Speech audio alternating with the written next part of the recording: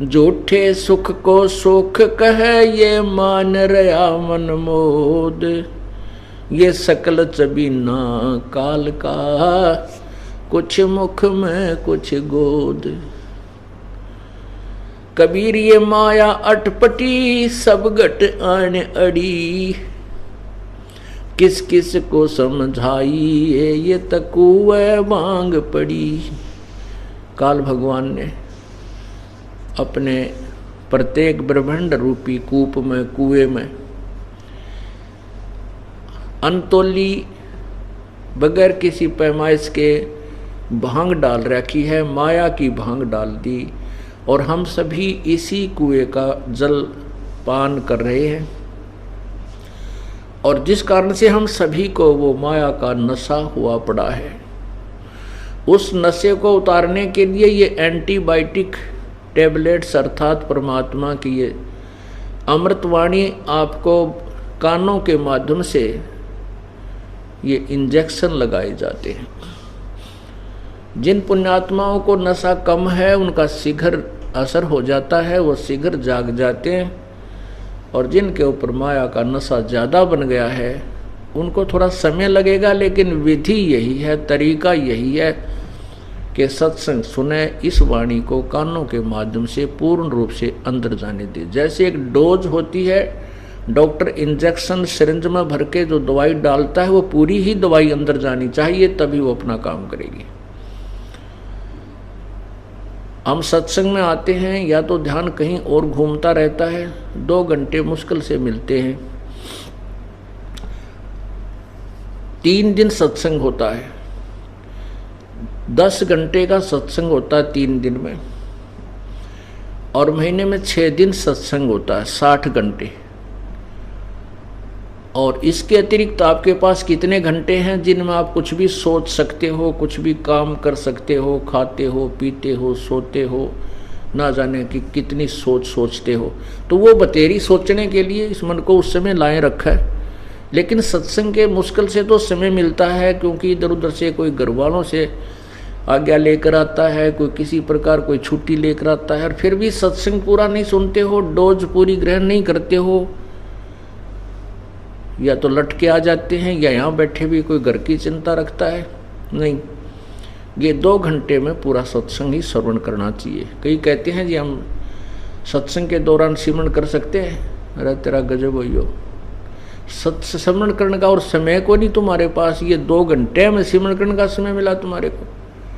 ये क्या सिमरन हो रहा है? भगवान की याद ताज़ा बने रहना भी एक सिमरन ही है। तो वो नाम जो है वो जाप आप सत्संग के बाद कर सकते हो, बहुत समय है, 24 घंटे कम नहीं होते। इसमें आप 6 घंटे सो लीजिए, 18 घंटे शेष बचे। इसमें आप 8 घंटे मजदूरी भी कर लीजिए, 10 घंटे कर लीजिए, फिर भी आपके पास पर्याप्त समय है। और मजदूरी सेवा काम करते समय जैसे हम कहीं आते हैं, जाते हैं, घूमने फिरने जाते हैं, कोई बस में सफ़र करते, तो हम स्मरण कर सकते हैं, जाप कर सकते हैं। ऐसा सिंपल वे बताया परमात्मा ने, बहुत ही साधारण सी विधि है। तो परमात्मा हमें बता रहे हैं कि झूठे सुख को सुख कहे ये मान रहा मन मोद। ये सकल चबीना काल का, कुछ मुख में कुछ गोद। ये सभी काल आहार है। 1 लाख मानव शरीरधारी प्राणियों को ये काल भगवान प्रतिदिन आहार करता है, खाता है।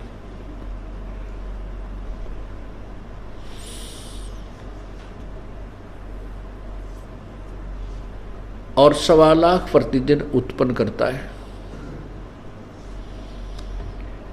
ऐसा इसको सांप लगा है, ऐसे इसको बीमारी लगी है।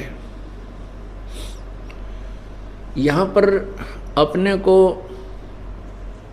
जो इस काल भगवान ने मानव शरीर दिया है, ये अपने आहार के लिए हमारे को यहाँ रोका हुआ है। इसके लिए अपने 3 पुत्रों को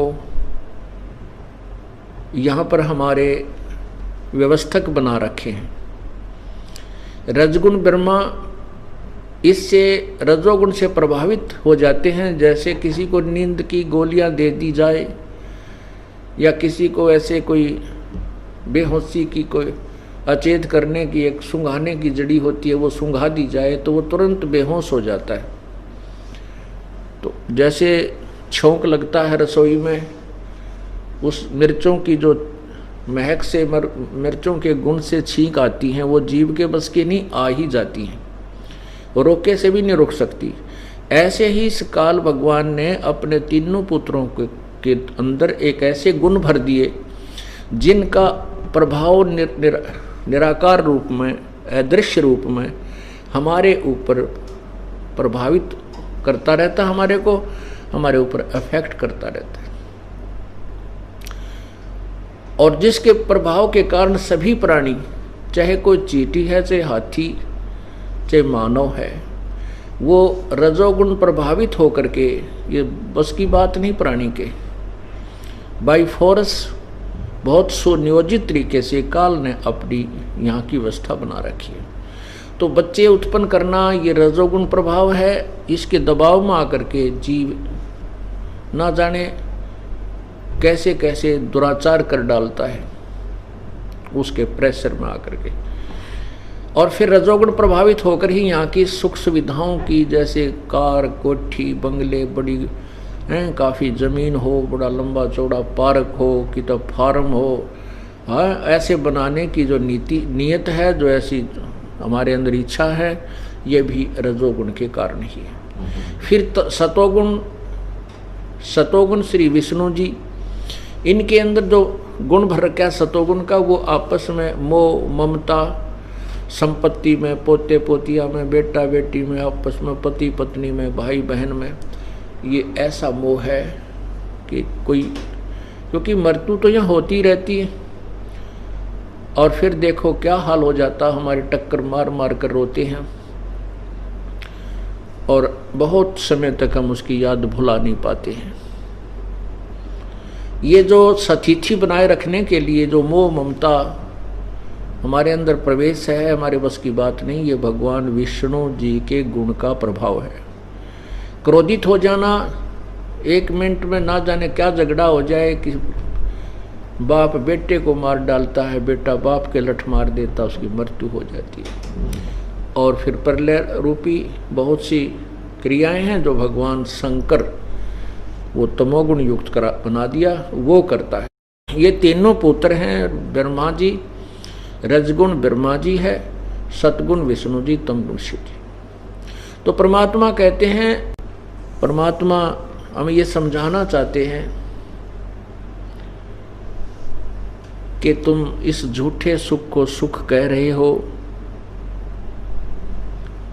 इस झूठे सुख को सुख कहे, ये मान रहा मनमोद, ये सकल चबीना काल का, कुछ मुख में कुछ गोद। 1 लाख तो कल खा लिए, 1 लाख की आज तैयारी, 50-60 हजार तो मार लिए होंगे अब से पहले उसने। और उसके बाद बाकी जो हम अपने बच्चे समझ रहे हैं, अपना भाई बहन समझते हैं, माता पिता, ये हमारे साथ बहुत बड़ा धोखा किया हुआ है। और हम आपस में एक दूसरे से दूर भी नहीं होना चाहिए और हो भी नहीं सकते, क्योंकि हम तो काल के जाल में, काल के घेरे में बंद हैं। हम काल के घेरे में बंद हैं और इस में हम आपस में भी एक दूसरे के साथ खींचतानी करके, झगड़े करके तो और ज़्यादा दुखी हो जाते हैं। इसलिए हमने आपस में प्रेम से रहना चाहिए और यहाँ से छूटने का प्रयत्न करना चाहिए। जो तरीका विधि परमेश्वर ने आके बताई है, उसको पूर्ण रूप से अप्लीकेबल करना चाहिए, उसको पूर्ण रूप से हमने अमल में लाना चाहिए ताकि हमारा पीछा छूटे। अब कितनी बार सुनाया जाता है कि कोट जन्म तन भ्रमत हो गए, कुछ ना हाथ लगा रे, कुकर सुकर खरबा बोरे, कौआ हंस बगारे। कोटि जन्म तू राजा की, ना मिटी न मन की आशा, भिक्षुक होकर दर दर घूम्या, ये मिला ना निर्गुण रासा, कोटि जन्म इंद्र कुबेर ईश की पदवी ब्रह्मा वरुण ध्रुमराया, और विष्णुनाथ के पुर को जाकर फिर भी उल्टा आया।